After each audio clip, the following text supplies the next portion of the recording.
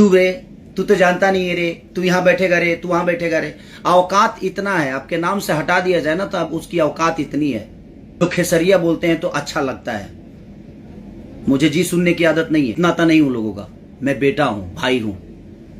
खोदा लो मत बाबू रे, खोदा सा मत हमरा के ना, तो हम खोदब नू तो हम खोदिले तेगा ना खोदिले, हम ट्रैक्टर से जोत दिले आ हेंगा के में मकई बो दे। ये हो गया, वो हो गया, मार्केट में ऐसा हो गया, क्या हो गया बे? हैं? हमारे फैन और इतने प्यार करने वाले लोग हैं ना कि कुछ नहीं हो सकता। क दिन इंटरव्यू ले ला लो, जगर तारीफ करे ला लो, लगो बैठला लो कहियो। और तुम मुझे गाली भी देते हो, उसके बावजूद भी लगे बैठाकर सम्मान देता हूं, लेकिन मुझे नहीं लगता तुम सम्मान के लायक हो।